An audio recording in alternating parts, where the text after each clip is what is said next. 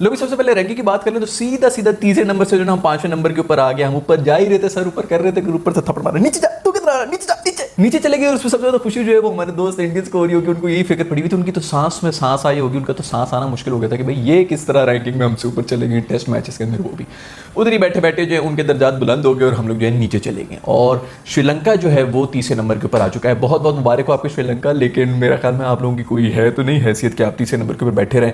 Home ground के ऊपर ये आप तीसरे नंबर की टीम है। ये बॉर्डर से बाहर एक दफा कदम भी आपने निकाल दिया ना तो उसके बाद आपका कुछ भी नहीं होने लगा। एक ही एक आपके पास बॉलर है जो कि जयसूर्या साहब है, उन्हीं के लिए पिचेस बनाई जा रही है, उन्हीं से पूछा जा रहा है कि यार भाई पिच की लंबाई कितनी होनी चाहिए, सब कुछ उसी से पूछ लिया करे। स्पिनर्स के अलावा बॉलिंग ही नहीं है इनके पास। कहीं और बाहर खेलने के लिए क्रिकेट जाएंगे ना तो उनको कहा करेंगे कि यार ऐसा करो लुड्डो पे जो है ना तुम लोग 3 दफा जो है वो छक्का फेंक दो, जितने आपके स्कोर दोगे ना उस लिहाज से करते हैं। बुक क्रिकेट खेल के आप लोग अपना स्कोर बना दें, फिर हम चेस करने के लिए आ जाए, क्योंकि इनके पास तो बॉलिंग नहीं है। खैर जयसूर्या भाई को जो है वो मैन ऑफ द सीरीज भी दे दिया गया है। यार और कोई चीज रहेगी तो वो भी दे दो यार, मेरा घर शहर जो है, मेरी गाड़ी कपड़े भी जो है मेरी वो भी उतार के इसी बंदे को दे दो, क्योंकि सब कुछ तो इसी ने किया। खैर I won't take anything away from that guy. अच्छी बॉलिंग तो की है, बाकी सारे उनके भी जो स्पिनर्स है, बाकी भी स्पिनर्स थे, हमारे भी तो स्पिनर्स गए हुए थे ना इसी पिच के ऊपर स्पिन बॉल करा रहे थे। अगर उनकी बॉल जो उस तरह नहीं घूम रही थी और वो आउट नहीं कर सकते तो इसमें उसका तो कोई कसूर नहीं है। So well done mister Jayasuriya. बहुत से सरफू के जो फैंस हैं वो फौरन जो है क्वेश्चन करना शुरू हो गए रिजवान के ऊपर कि यार रिजवान को टीम में होना चाहिए कि नहीं होना चाहिए, इसको बाहर निकालो, फलाना फलाना ये वो।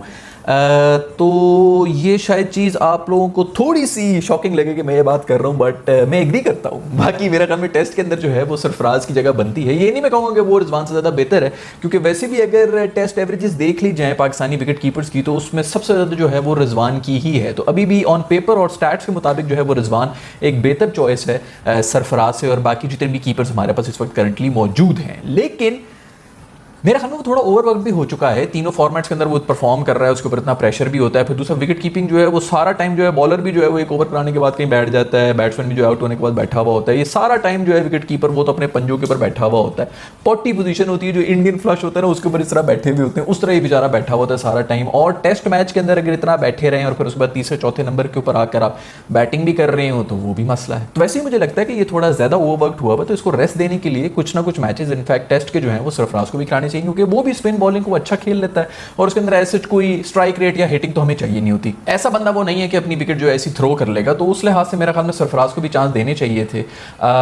दूसरा जो इन्होंने बैटिंग लाइनअप की थी वो इतनी अजीब सी कर ली थी कि अजहर अली को ड्रॉप करके उसकी जगह पर इन्होंने खिला दिया फवाद आलम को। और फवाद आलम चूंकि टॉप ऑर्डर पे आ नहीं सकता तो वो पीछे गया, तो फिर ये टॉप ऑर्डर जो है वो बिल्कुल ही बदल गया। रिजवान जो है वो और ऊपर आना शुरू हो गया। अभी वो 400 बॉल्स के पीछे जो है विकेट के पीछे खड़ा रहा है, उसके बाद फौरन आके उसने बैटिंग भी करनी है। तो ये पता नहीं कहाँ पे हो रहा है, कहीं भी दुनिया में इस किस्म की नहीं होती। जो कीपर होते हैं वो आराम से 5वें या 6ठे नंबर पे आते हैं, लेकिन हमारे कई कराची के दोस्त नाराज ना हो जाएं इसलिए फवाद आलम को बीच में डालना था, क्योंकि ये तो फुप्पी का घर है ना भाई। इसके अंदर तो सिर्फ यही चीजें हो रही होती हैं कि फुप्पी नाराज ना हो, यार तुम बड़े बेटे हो, तुम समझ जाओ ना, तुम समझ जा रहे हो, ये वो छोड़ो यार, फुप्पी नाराज हो रही है, खाला नाराज हो रही है तो कर लो, इस तरह हो रहा है भाई। अगर आपने कराची को खुश करना था तो आप फिर सरफराज को डाल लेते, लेकिन टीम कॉम्बिनेशन जो है वो खराब ना होती ना। लेकिन अजीब किस्म की डिसीजन ली जाती है। जहां तक मैं जानता हूं ना रिजवान को उसको कहेंगे यार तूने ओपन करना तो कहेगा मैं ओपन भी करूंगा, वो खुद इसी किस्म का बंदा है। बट मैनेजमेंट को ये सोचना चाहिए कि भाई वो ओवरवर्कड हो रहा है या इस तरह आपकी कॉम्बिनेशन खराब हो रही है तो आप उसको ड्रॉप करके सरफराज को रख दें। वैसे भी कराची वाले भी खुश रहते इस बात के ऊपर। लेकिन मेरा ख्याल में जो सही कॉम्बिनेशन होनी चाहिए थी वो ये होनी चाहिए थी कि शान मसूद को रख लेते। अगर आप लोगों ने बैटिंग ऑर्डर जो है वो वही रखते जो पहले ही था, अगर उसको चेंज करना था तो फिर तो कोई फायदा नहीं है। शान मसूद आ रहा था टीम के अंदर, या फिर शान मसूद और फवाद दोनों आ जाते, या फिर रिजवान ड्रॉप हो गए तो उसकी जगह आ रहा था। खैर आई डोंट नो मैन क्या हो रहा है। अब हम मैच हार चुके हैं तो इसलिए सब किस्म के सवाल भी हो रहे हैं, अदरवाइज सब खुश ही थे। पहले वाले मैच में सब हम खुश ही थे और इन्हीं कॉम्बिनेशन के ऊपर ठीक ही थे। टू बी वेरी फेयर मेरा ख्याल में ये जो मैच है ये श्रीलंका बिल्कुल सही जीता है, क्योंकि हम डिजर्व करती नहीं थे। मेरी पिछली वीडियो के अंदर भी जब 2 दिन हुए थे इस टेस्ट मैच के तो मैं यही दुआएं कर रहा था कि बारिश आ जाए, ये हो जाए, वो हो जाए। बाय द वे हमारी जो इज्तिमाई दुआ थी बारिश के लिए वो पूरी हो चुकी थी। कल भी बारिश हुई है और आज भी अगर हम थोड़ा सा ये 1-2 सेशन जो है वो खींच लेते तो आगे सेशन में बारिश वारिश आ जानी थी, लेकिन हम वो भी नहीं कर सके। To be very honest deserve Sri Lanka ही करता था ये मैच जीतना, क्योंकि उन्होंने सारे डिपार्टमेंट से हमें आउट प्ले किया है, बैटिंग में भी, बॉलिंग में भी और फील्डिंग में भी, क्योंकि हमने जितने कैचेस ड्रॉप किए, मेरे बॉबी ने सेकंड इनिंग्स के अंदर भी आके कैच ड्रॉप कर दिया। भाई तुम्हें मैंने पिछली वीडियो में भी कहा था, अभी भी कह रहा हूँ कि मास्क लगा के जाया करो हसन अली के पास, भाई उसके साथ फिर रहे हो, दोस्तियां कर रहे हो, तुम पे तो असर आने थे। श्रीलंका ने एक बहुत ही अजीब किस्म की हरकत की थी, ये तो वो बच गए। अगर बारिश वारिश होती और हम आउट ना हो रहे होते जो कि आज के दिन हम सर्वाइव कर सकते थे। आज तो खैर बहुत ज़्यादा स्पिन हो रही थी डे 5 के ऊपर, इसलिए हम बिल्कुल ही जल्दी आउट हो गए। लेकिन अगर हम सर्वाइव कर लेते और बॉलर्स को इतनी असिस्ट ना मिल रही होती उनकी स्पिन बॉलिंग को, तो इनके लिए बड़ा मुश्किल होता था, क्योंकि इन्होंने कोई 500-100 रन तक खींच के लगेंगे, पता नहीं धनचंगा है कि कौन है इनका, उसकी सेंचुरी के लिए वेट कर रहे हैं और हमें भी कोई 500 से ज़्यादा रन का टारगेट दे रहे थे। ये थी हमारी दहशत जिसकी वजह से इन्होंने नहीं किया है, वरना ये कभी भी नहीं होता। कोई और भी टीम होती तो वो कहती है 350, 370, 390, 400 के ऊपर ही 2 भाई के आओ आके खेलें, लेकिन उन्होंने रिस्क नहीं लिया। उन्होंने कहा भाई हमने नहीं छोड़ना है इनको, ये हमारी दहशत। देखो ये भी दिन आ रहे थे कि लोग हमसे डर गए कि हम चेज ही ना कर ले। ये और बात है कि हम तो आपस में डर रहे थे, हम तो यहाँ पर बारिशों की दुआएं कर रहे थे, हमें पता था कि हमसे कुछ भी नहीं होना, 1-2 दफ़ा हो जाता, फिर भी 350 रन और 400 में बहुत फर्क होता है, हर दफ़ा नहीं हो जाता, वो भी आखिरी इनिंग्स के आखिरी दिन के ऊपर। भाई ये हमने कोई दहशत फैलाई हुई है, लोग हमसे भी डरना शुरू हो गए। यहीं पर ऑस्ट्रेलिया होती ना तो उन्होंने फिर 330 रन ही दे के हमें कहना था कि अब आओ दोबारा, और अपना एक स्टेटमेंट प्रूव करने के लिए उन्होंने कहना था ऐसी एग्रेसिव क्रिकेट वो खेलते हैं, और हम इसी प्रेशर में ना पैनिक कर जाना था हमने कि ये क्यों इतने गुस्से में, इन्होंने दोबारा क्यों ये कर लिया। 1000 किस्म की चीज़ हमारे दिमाग में चल रही थी और हमने हार जाना था।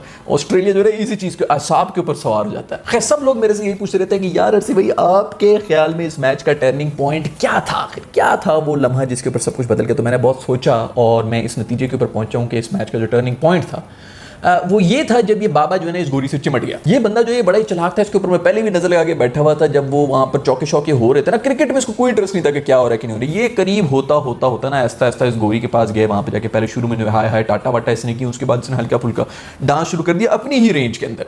गोरी अपना नाच इंजॉय करी अपनी रेंज में ना, यहाँ पे डांस करना शुरू हो गया और इसने अपनी वाइब्स जो है ना वो उसके साथ कनेक्ट करना शुरू की हुई थी। आहिस्ता आहिस्ता डांस करते करते उसके करीब गए, फिर देखा गया कि और करीब होकर उसका नाच रहा है, फिर अगले ओवर में देखा गया कि उसको चिमट गया, बिल्कुल जैसे शहद के अंदर मक्खी चिमटी हुई थी ना उस तरह ये बंदा गोरी के ऊपर चिमटा हुआ था। और गोरी ने जो 1-2 बियर की बोतलें पी हुई, उसको वैसी भी टिप्सी हुई, उसको हर चीज़ बड़ी अच्छी लग रही है, बाबे को भी उसने स्माइल दी, बाबा लट्टू हो गए। ये था टर्निंग पॉइंट। इधर से सारी मनहूसियत जो है ना वहाँ पे ट्रांसफर होना शुरू हुई है। खैर बाकी सब कुछ छोड़ो यार, मेरा बाबर जो है वो टेस्ट मैचेस के अंदर 30 नंबर के ऊपर आ चुका है रैंकिंग के अंदर। मैं इसी के लिए मैच देख रहा होता हूँ भाई। और जहाँ तक मेरा जो कैलकुलेशन थी, मेरे ख्याल में उसने को 80-85 रन ही करने थे यार, और ये टेस्ट में नंबर 2 के ऊपर भी आ जाता। तो अभी मुझे नहीं पता कि इसने रन तो 80s में ही बनाए हैं, या तो 1-2 रन से रह गए, या तो बिल्कुल 2 के करीब आ चुका है पॉइंट्स के ऊपर, या फिर 2 पे आ चुका है। मतलब सेकंड रैंक्ड टेस्ट का बैट्समैन भी ये होने वाला है। अगले हफ्ते पता चल जाएगा कि उसका क्या होता है। लेकिन क्या ही कोई बात है यार, वाहिद एक ऐसा बैट्समैन है जो कि तीनों फॉर्मेट्स के अंदर जो है वो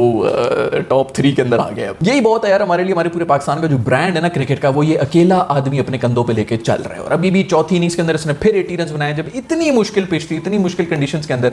और इसी सीरीज के अंदर जो पहले भी इसने सेंचुरी मारी थी वो भी इसी तरह मारी थी। इतनी स्पिनिंग और इतनी मुश्किल विकेट के ऊपर इसने जो है वो 100 रन बनाए थे। और अभी फिर जो है वो 80s में था, पूरी की पूरी टीम जो है वो लेट चुकी थी, अकेला फाइट कर रहा था। और अगर ये खड़ा होता एंड तक तो कुछ भी हो सकता था। खैर वो बड़ी तरीके से ESPN वालों ने उस दिन बात करने की कोशिश की थी कि फैब 5 बना दिया था, फैब 4 को एक पोस्ट डाल दी थी, फैब 5 उसके अंदर बाबर भी था ना भाई ना।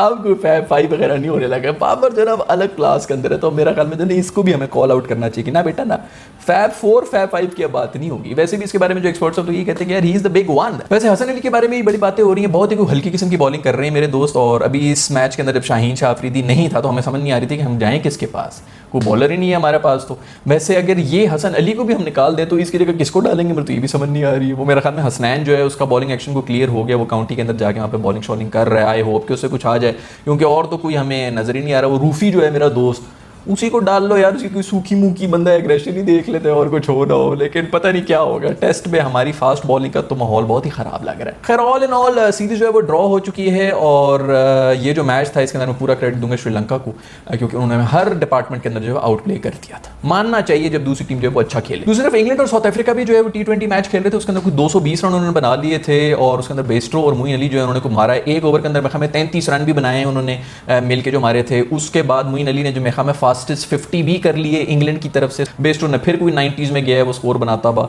और साउथ अफ्रीका जब चेस कर रहा था तो वैसे तो डाउन एंड आउट था, लेकिन उनका एक नया बंदा है, एक नया प्लेयर है जिसका नाम है स्टब्स। उसने कोई पता नहीं 70 समथिंग मारे थे 26-27 बॉलों के ऊपर, और बड़ी कोई बेहतरीन किस्म की फाइंड है। और जो जॉर्डन उनका बॉलर है इंग्लैंड वालों का, पता नहीं क्या अजीब आदमी है यार। 17-18 ओवर था और उसके अंदर जो उसने 6 जो है यॉर्कर मारी और 90 माइल्स पर आवर के ऊपर मारा था। अगला कोई कुछ कर ही नहीं सका। दूसरी तरफ इंडिया और वेस्ट इंडीज का जो मैच है वो भी खत्म हो गया। तीसरा मैच था, डेड रबर था, लेकिन उसके अंदर इंडिया ने बुरी तरह से हरा दिया वेस्ट इंडीज को। एक बहुत ही अनलकी चीज हुई वो गिल के साथ हुई है, वो ये हुई है कि 98 रन के ऊपर वो था और ऊपर से बारिश आ गई और मैच जो है वो डकवर्ड लुइस की तरफ चला गया और इनिंग्स जो है वहीं पर खत्म कर दी गई। तो वो बेचारा 98 के ऊपर नॉट आउट ही रह गया। और उसके अंदर सबसे बड़ा जो ऑकवर्ड मोमेंट हुआ था वो आरसीबी के लिए हुआ, जिन्होंने ट्वीट भी कर दिया था पहले ही, क्योंकि यहाँ पे इस वक्त सोशल मीडिया की भी रेस लगी हुई थी कि कौन पहले ट्वीट करके ज्यादा रीट्वीट्स ले लेगा। उन्होंने पहली सेंचुरी मुबारकबाद दे दी, उसके बाद जो है बारिश आ गई और उसकी सेंचुरी नहीं हुई तो फिर उनको डिलीट भी करना पड़ा ट्वीट। वैसे ये जो सीरीज थी इंडिया और वेस्ट इंडीज की, वो बहुत ही कांटेदार थी वो इसलिए क्योंकि पहले दोनों मैचेस के अंदर वेस्ट इंडीज जो है वो बहुत अच्छी पोजीशन में था मैच जीतने के लिए, लेकिन वो लाइन क्रॉस नहीं कर सकी और इंडिया जो है वहीं पर उनकी नर्व्स जो है वो बेहतर साबित हुई वेस्ट इंडीज से। यही वो चीज है जो कि एक टीम को बड़ा या छोटा बना देती है कि प्रेशर सिचुएशन के अंदर वो किस तरह रिएक्ट करेगी। तो उस तरह इंडिया जो है वो 3-0 ये जीत चुका है। वैसे तो ये डेड रबर था, तीसरा मैच जो है उसके अंदर किसी का फायदा तो होना नहीं था, सीरीज पहले से इंडिया जीत चुका था, लेकिन फिर भी एक कंसोलेशन प्राइज के लिए तो लोग खेल रहे होते हैं वेस्ट इंडीज वाले के, चलो कम से कम हम एक मैच तो दीजिए, वो भी उनको नसीब ना हो सका। खैर इसके साथ ही आज की वीडियो हम खत्म करते हैं। अगर आपको पसंद आई तो लाइक के बटन को जरूर दबाइएगा और अब भी अगर आपने सब्सक्राइब नहीं किया हुआ तो यार नीचे जो लाल रंग का बटन है उसको दबा दो और सब्सक्राइब भी करो। I'll see you in the next video. Bye. मुझको बता दे, मैं उससे मिलूंगा, एक बार मिला दे।